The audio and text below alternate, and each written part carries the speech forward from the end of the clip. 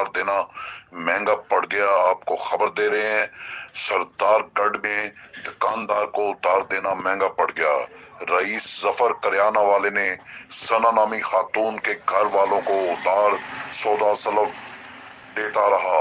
उधार की रकम का मुतालबा करने पर खातून ने अपने नामालूम साथियों के साथ मिलकर दुकानदार पर हमला कर दिया, इस पर तशद्दुद किया और ऊपर काला तेल डाल दिया।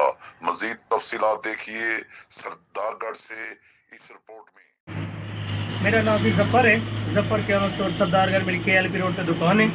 इतों दे मसैद गरीबाबाद दे दश्ती है, सन्ना बीबी उनका नाम है।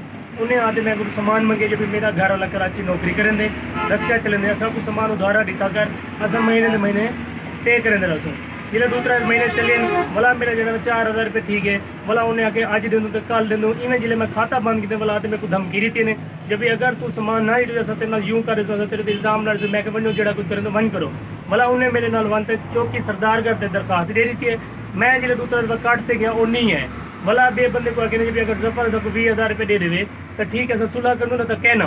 मैं वाला सर जो ना जज कने जो ना रेट कर देते हम रहीम यार जिले रेट की मतलब DSP जुबैर खान कने 2 दफ़ा कटते ये नहीं है।